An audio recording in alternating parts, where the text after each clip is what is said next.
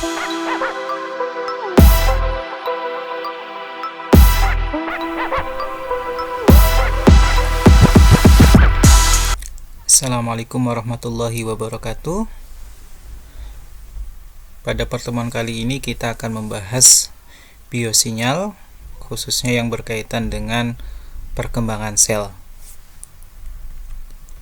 Jika kita berdiskusi tentang sinyal-sinyal pada perkembangan sel, berarti kita tidak akan jauh dengan yang namanya reseptor enzim tertentu, atau enzyme link receptor. Reseptor-reseptor ini umumnya bisa kita temui pada peristiwa signaling di pertumbuhan sel, atau bisa jadi proliferasi sel atau perbanyakan sel, diferensiasi sel, atau survivalnya. Ada yang namanya reseptor, berarti juga ada yang namanya ligan. Dan ligan-ligan yang berkaitan dengan reseptor ini kita kenal dengan sebutan growth factor atau faktor-faktor pertumbuhan. Kenapa? Karena umumnya berkaitan dengan pertumbuhan sel. Faktor pertumbuhan ini bekerjanya sangat spesifik pada lokasi tertentu dan hanya membutuhkan sedikit konsentrasi. Artinya apa? Dengan konsentrasi sedikit bisa diterima oleh reseptor lalu bekerja untuk mentransduksi sinyal. Jika ada kerusakan atau kelainan pada reseptor-reseptor ini, maka bisa menjadi penyebab timbulnya kanker. Kenapa? Karena beberapa penelitian menunjukkan bahwa mutasi pada protein yang terdapat pada reseptor itu akan berakibat terbentuknya sel kanker. Jika satu sel kanker terdapat pada organ atau jaringan tertentu, maka sel kanker tersebut akan menular ke sel sebelahnya, yakni normal sel, lalu semakin banyak dan bisa jadi akan mengalir bersamaan dengan mengalirnya sel darah merah di pembuluh darah. Sinyal-sinyal yang terdapat pada sel bisa kita lihat juga pada beberapa tahap pembelahan sel, atau kita kenal dengan daur sel. Telah kita ketahui ada diferensiasi sel, yakni proses spesialisasi sebuah sel menjadi sel yang spesifik, artinya mempunyai fungsi tertentu. Kenapa? Sel awalnya kita mengenal stem cell yang belum menjadi apa-apa, yang belum berfungsi sebagai apapun dalam jaringan tubuh kita, lalu berubah menjadi sel yang bisa, misalkan dia menjadi kantong atau tempat penyimpan lemak. Maka sel yang spesifik untuk menyimpan lemak ini disebut sel adiposit yang terdapat pada jaringan adiposa, atau fat cell. Ada juga sel yang berfungsi untuk meneruskan stimulan-stimulan, meneruskan sinyal-sinyal. Misalkan, ada yang namanya sel saraf. Ada juga sel yang berfungsi untuk membawa oksigen dari paru-paru ke seluruh tubuh, anggota tubuh yang memerlukan. Ya, disebut sel darah merah. Atau ada sel tertentu yang dia berfungsi untuk menjadi tameng sebagai tentara prajurit jika ada serangan bakteri atau virus atau benda asing terhadap tubuh kita. Ya, sel inilah yang disebut dengan sel imun. Ini yang namanya diferensiasi. Ada juga dalam siklus sel yang namanya proliferasi, yakni pada proses pembelahan sel dari 1 menjadi 2, lalu berkembang lagi menjadi 4, dan seterusnya. Ini namanya proliferasi. Perbanyakan sel. Yang ketiga, ada yang namanya apoptosis atau kematian sel secara terencana. Misalkan, pada awalnya saat kita menjadi janin atau bakal janin, sel-sel yang akan membentuk jari kita,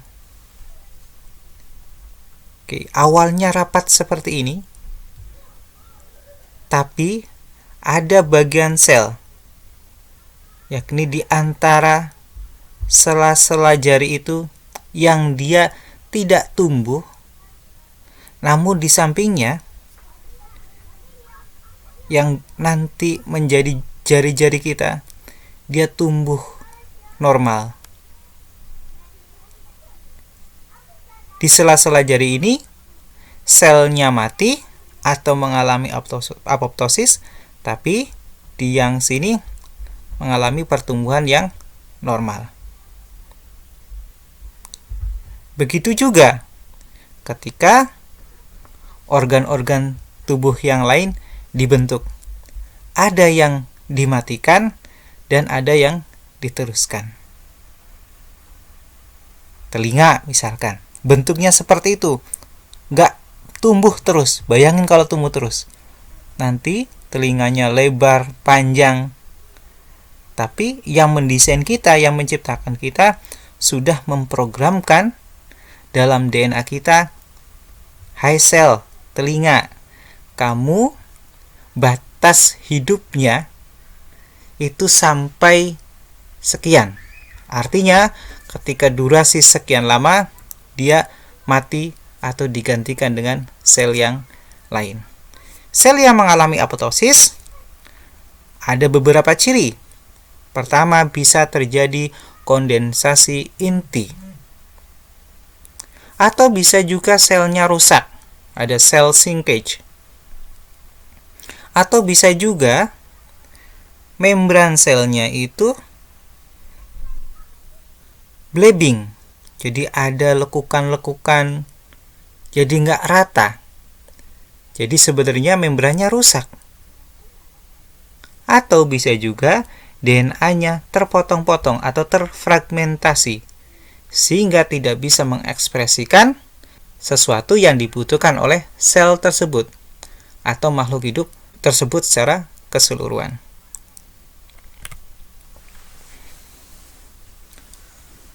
Ada beberapa senyawa atau sinyal yang mempengaruhi cell cycle makhluk hidup.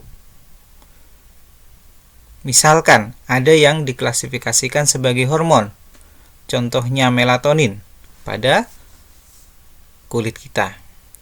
Lalu ada juga growth factor, contohnya adalah epidermal growth factor, dan seterusnya. Inilah yang nantinya berkomunikasi dengan reseptor, lalu melakukan fungsi-fungsi signaling dalam sel. Kembali lagi pada siklus sel. Kita mengenal ada fase mitosis, yakni ketika sebuah sel mengalami pembelahan dari pembelahan inti, sitokinesis, sehingga terjadi atau terbentuk 2 sel baru dari satu induk. Sehabis fase M, maka beralih ke fase G1, ditandai dengan sintesis protein maupun RNA. Tetapi di fase G1 ini tidak ada sintesis DNA. Jika sudah mengalami fase G1, maka sel bisa melanjutkan ke fase selanjutnya, yakni fase S, ditandai dengan sintesis DNA. Lalu bisa melanjutkan ke fase G2. Kembali lagi, sintesis DNA terhenti, tetapi RNA dan protein tetap diproduksi. Jelas ya? Ini siklus sel. Bagaimana growth factor ini mempengaruhi pertumbuhan sel?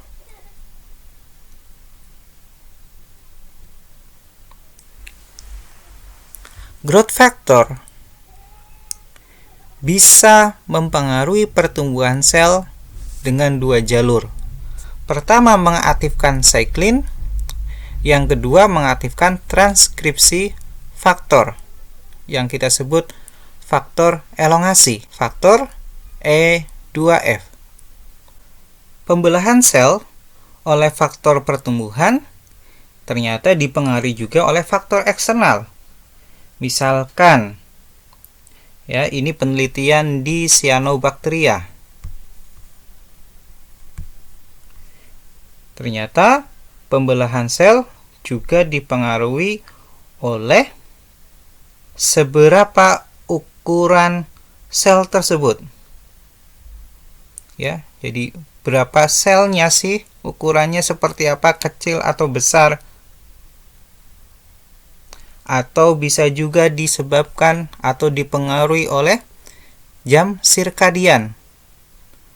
Waktu siang hari dan malam hari ternyata juga mempengaruhi pertumbuhan sel. Makanya kok dalam keseharian kita membutuhkan istirahat. Fungsinya untuk apa? Untuk regenerasi sel. Bayangkan kalau tubuh kita tidak diberikan waktu untuk istirahat, tidak diberikan waktu untuk regenerasi sel, maka sel capek. Tenaganya dibutuhkan untuk kita beraktivitas terus, entah itu bekerja, membaca, dan lain sebagainya, tapi tidak diberikan hak mereka untuk reparasi diri, meregenerasi diri. Tapi tidak memberikan waktu bagi mereka untuk meregenerasi mereka sendiri. Dalam signaling, kita mengenal ada beberapa pakem. Ada yang disebut signal diversity. Artinya apa? Ternyata sebagian besar reseptor dia bisa mengaktifkan sinyal lebih dari satu. Satu reseptor itu bisa mengaktifkan berbagai pathway sinyal lebih dari satu. Oke, contohnya di sini ada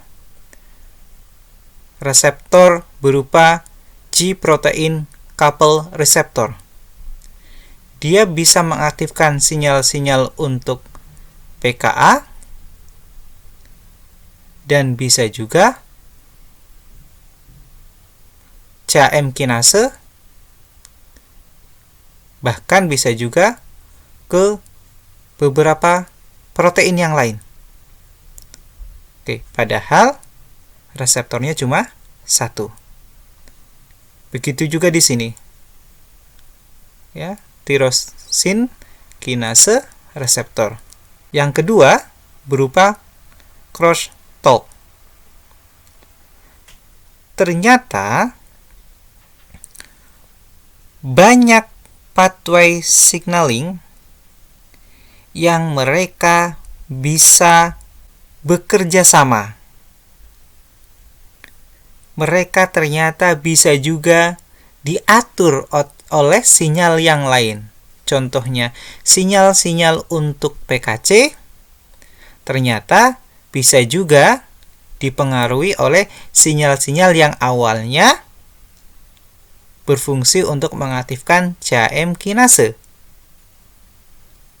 Bisa juga di sini kita lihat.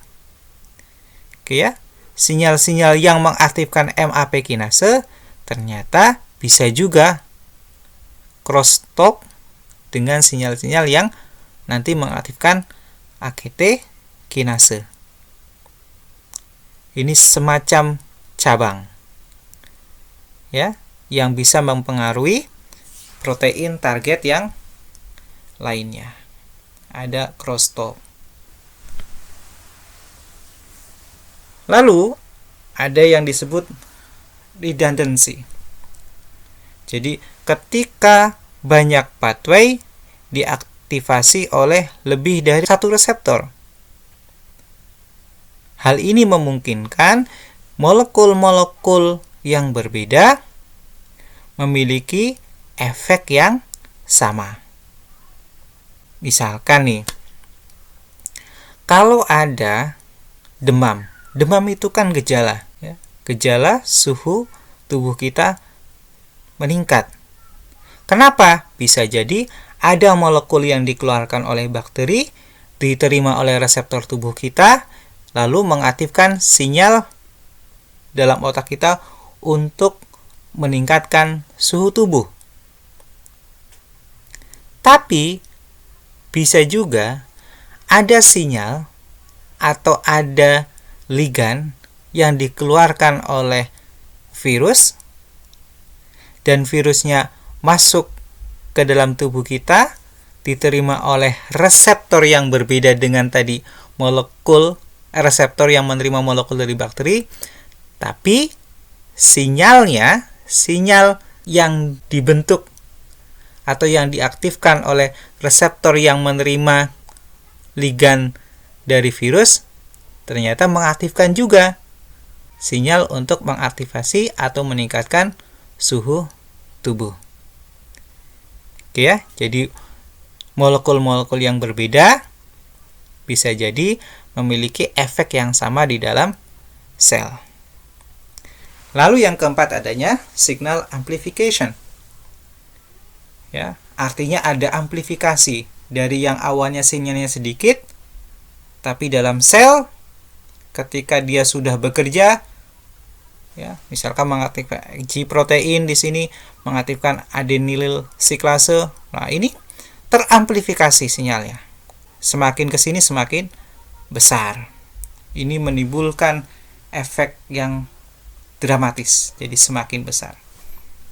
Nanti kita lebih jauh bahas di pertemuan selanjutnya tentang adaptasi.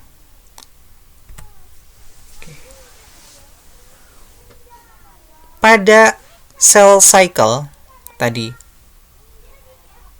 bagaimana si sel dia memutuskan untuk melanjutkan fase dari G1 menjadi fase S dalam cell cycle.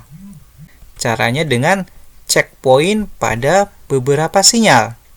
Lalu yang terpenting kalau di sini ada yang namanya protein CDK4/6, ada juga CDK2. Dua kompleks kinase ini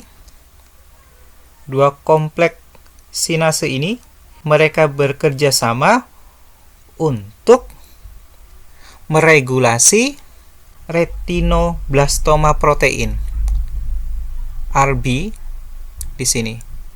Jadi ketika RB masih terikat ke faktor elongasi, maka replikasi DNA tidak terjadi.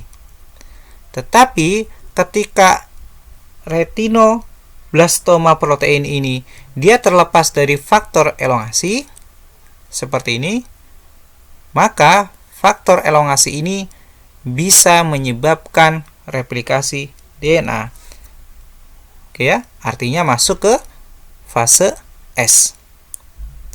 Jadi siapa yang mengatur? Di CDK4/6 atau CDK2.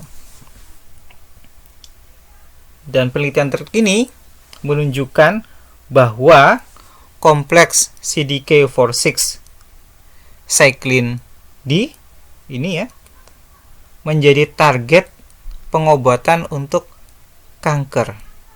Jadi karena ini mempengaruhi regulasi masuk tidaknya ke replikasi DNA, ya, maka mainin ini aja. Kalau sini ada, berarti RB-nya ini dilepas, nggak masuk ke replikasi DNA. Artinya pembelahan sel jadi terhenti. Kenapa? Karena tidak ada replikasi DNA. Oke, jelas ya? Oke, secara normal bisa masuk ke replikasi DNA sehingga sel membelah terus.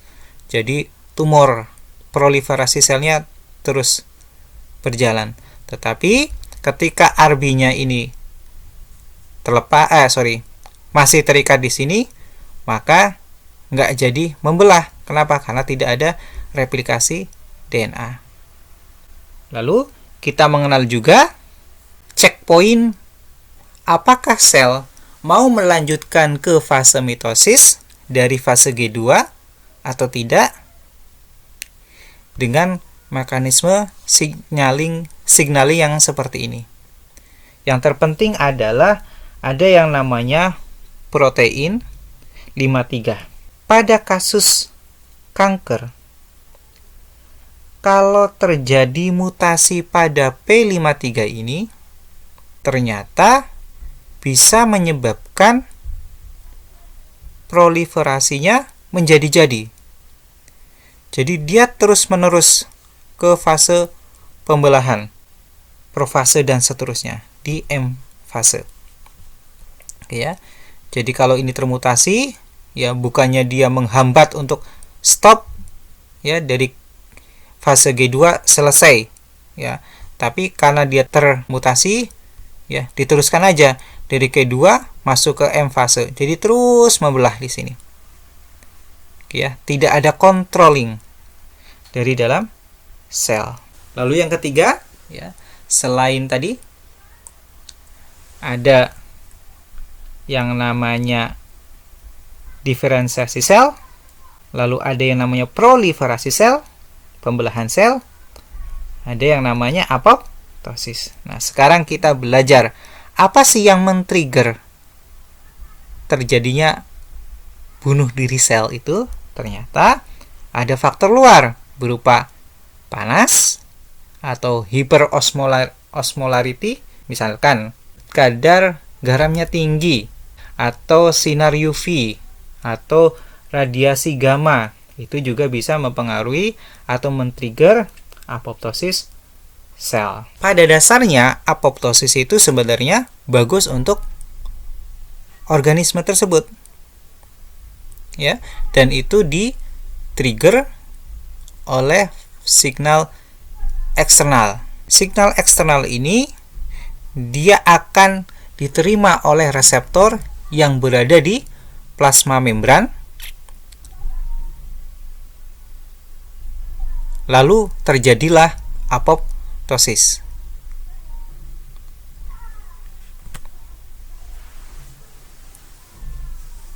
Bagaimana mekanisme pengaturannya? Ternyata penelitian menunjukkan bahwa protein-protein yang mengatur pembelahan sel ternyata juga mengatur terjadinya apoptosis. Kayak tadi pas kita belajar checkpoint cell cycle dari fase G1 ke fase S, itu kan masuknya ke pelepasan retinoblastoma protein atau tidak. Nah, ternyata ada CDK2. CDK2 ternyata dia juga bisa menstimulasi terjadinya apoptosis. Selain dia menstimulasi pelepasan RB. Kembali lagi ke sini. Ya, sinyal-sinyal untuk apoptosis datang dari luar dan dia akan diterima oleh reseptor pada sel. Sinyal tersebut ya, yang terkenal itu ada yang namanya tumor necrosis factor, dibentuk oleh sel imun sistem kita. Dia berinteraksi dengan tumor necrosis factor reseptor yang berada pada membran plasma. Prosesnya seperti ini. Awalnya reseptor yang contohnya ini ada Fas TNF R1 ya, menerima signal berupa TNF atau Fas ligand, teraktivasi,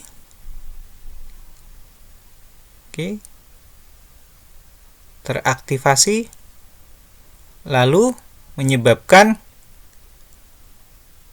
FADD dan atau TRADD ini teraktivasi juga. Lalu FADD yang teraktivasi ini dia bisa mengaktifkan enzim-enzim proteolitik, artinya dia bisa menghancurkan protein, dan enzim-enzim tersebutlah yang nanti akan berkontribusi pada apoptosis. Bisa juga ya, ketika TNF ditangkap oleh TNF R1 menyebabkan TRADD ini teraktivasi, lalu dia mengaktifkan caspase di sini. Lalu caspase ini bisa mengaktifkan DNase sehingga selnya mati, atau ya, caspasenya dia mendegradasi protein sehingga selnya mati.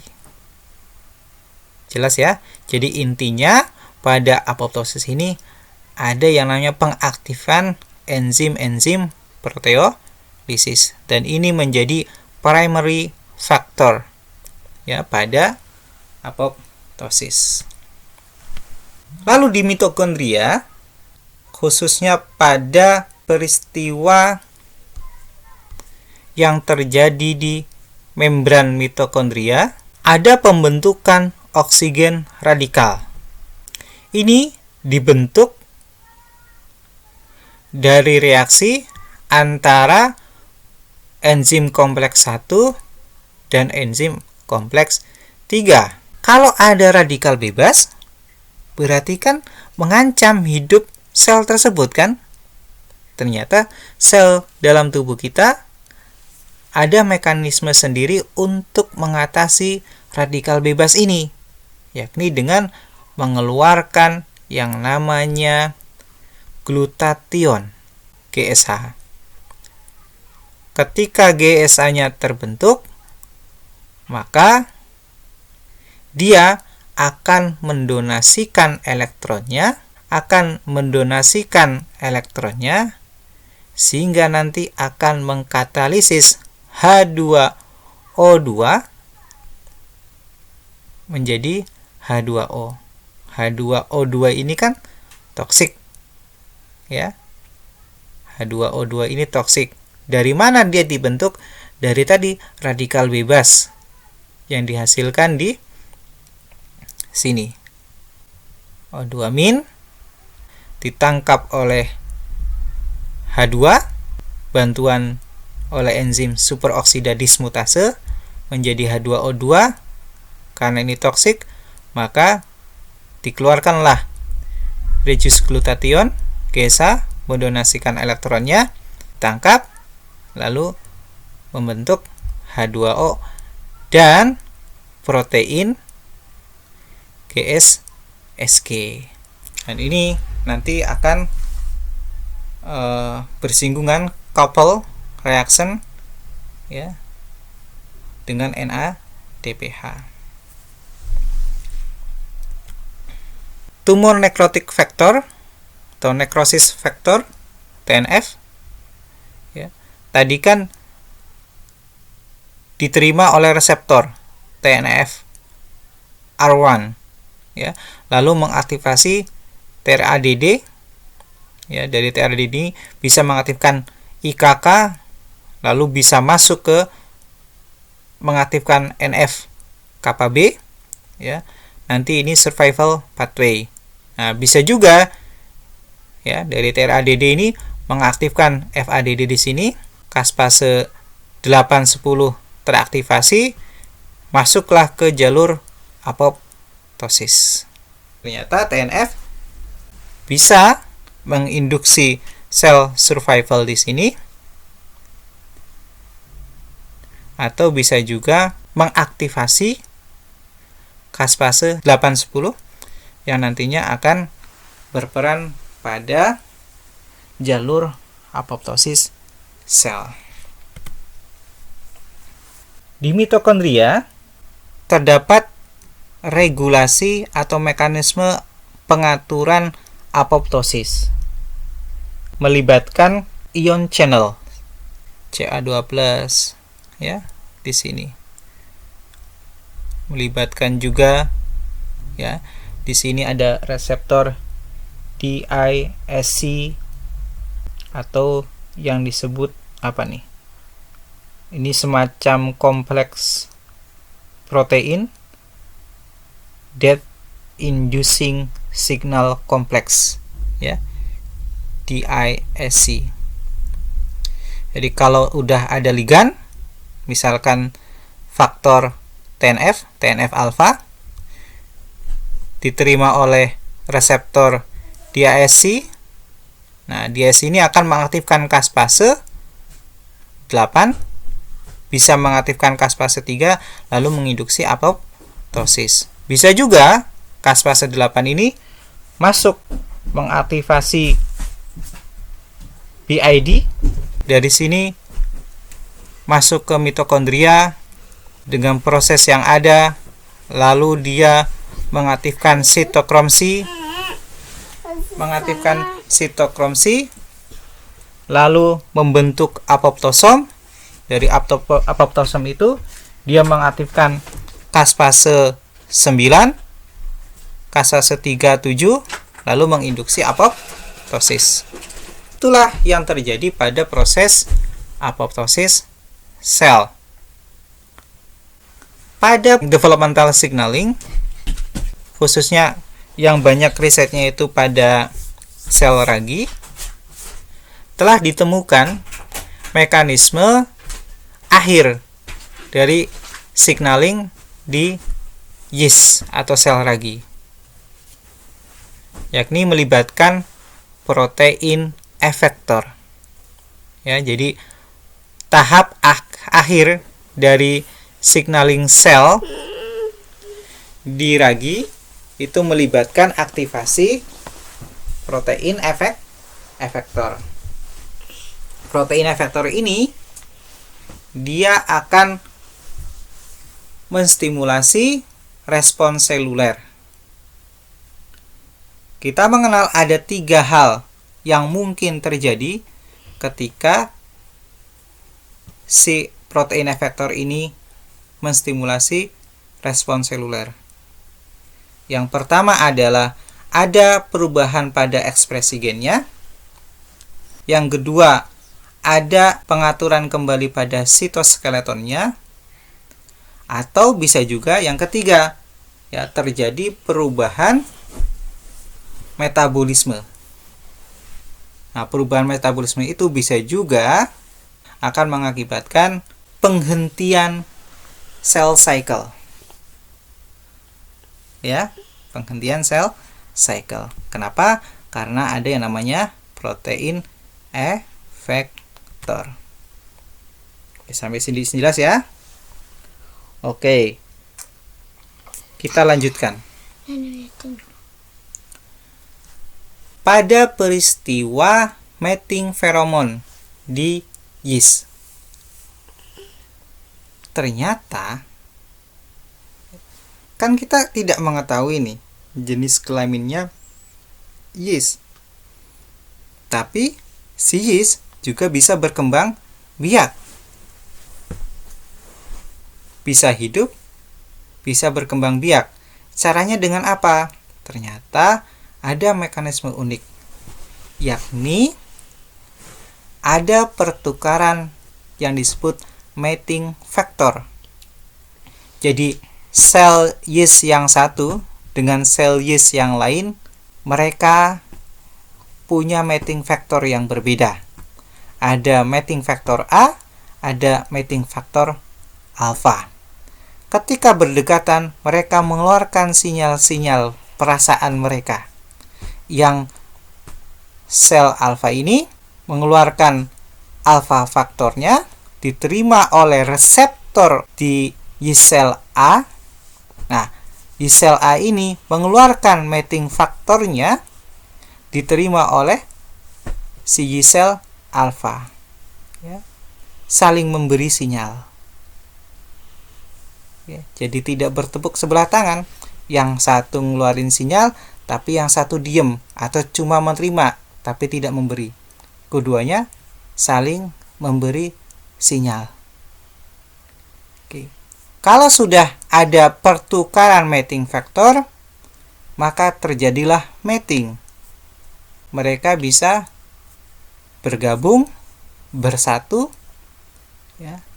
Terjadilah sel yang baru.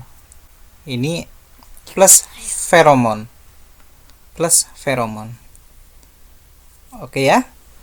Nah, mating factor alfa dan A ini ya kita kenal disebut feromon, dan ini bisa tersusun atas 13 asam amino. Selanjutnya, pada transduksi sinyal, sebagai contoh alfa faktor, dia akan ditangkap oleh reseptor GPCR. Ya. GPCR ini akan mengaktifkan fosforilasi MAPK. Ya, ada yang namanya MAP KKK, K-nya 3, kinase, lalu mengaktifkan MAP KK, kinase, lalu mengaktifkan MAPK, pitogen activated protein kinase, dan seterusnya. Intinya di sini ada yang namanya cascade, ya, yang diaktifasi dari hasil penangkapan pelekatan alfa faktor oleh GPCR sebagai reseptor. Nah, ternyata pathway untuk MAPK signaling ini di sel ragi tidak hanya terlihat pada peristiwa mating feromon. Ternyata bisa juga dilihat pada saat kadar garam tinggi atau osmolaritas tinggi, atau bisa juga ketika kekurangan nitrogen. Di sini dilihat HOG, high osmolarity glycerol pathway. Jadi ketika tinggi garam, maka akan mengirimkan sinyal-sinyal yang dia ternyata mengaktifkan MAPK cascade. Sama dengan tadi yang kita bahas di feromon. Bedanya apa? Bedanya pada responnya. Yang di mating feromon ini resultnya adalah mating. Kalau di glycerol pathway ini berupa respon osmolaritas. Nah, kalau kita perhatikan, nah ini kan sebenarnya sinyal-sinyalnya sama nih, ada yang bersinggungan. Tapi bagaimana mereka responnya kok berlainan? Jadi awalnya sama, ya, yakni melalui MAPK signaling pathway, tapi kok respon akhirnya berbeda karena berkaitan dengan crosstalk. Ya, inilah spesifitas pada transduksi sinyal. Jadi meskipun sinyal-sinyalnya di sini sama, yakni mengaktifkan MAPK, tapi ternyata responnya berbeda. Spesifitasnya berbeda. Nah, di feromon, nah ini yang hitam-hitam di sini sama, oke ya. Tapi ketika di sini FUS3 berbeda. Ini SS1 berbeda. Ini baru sampai STE11 ya, lalu berbeda. Jelas ya? Ini contoh untuk perbedaan pada peristiwa mating feromon dan high osmolarity. Oke ya, sama di tahap sampai STE 11 ya, MAP kinase, tapi berbeda di fase selanjutnya. Pada mating factor dilanjutkan untuk mengaktifasi STE7 atau kinase B ya, lalu kinase C, lalu mating response. Tapi kalau di high osmolarity dia mengaktifkan kinase domain, lalu dari sini mengaktifkan HOG1 atau kinase D yang nantinya mengaktifkan atau menstimulasi sintesis gliserol. Oke, demikian. Assalamualaikum warahmatullahi wabarakatuh.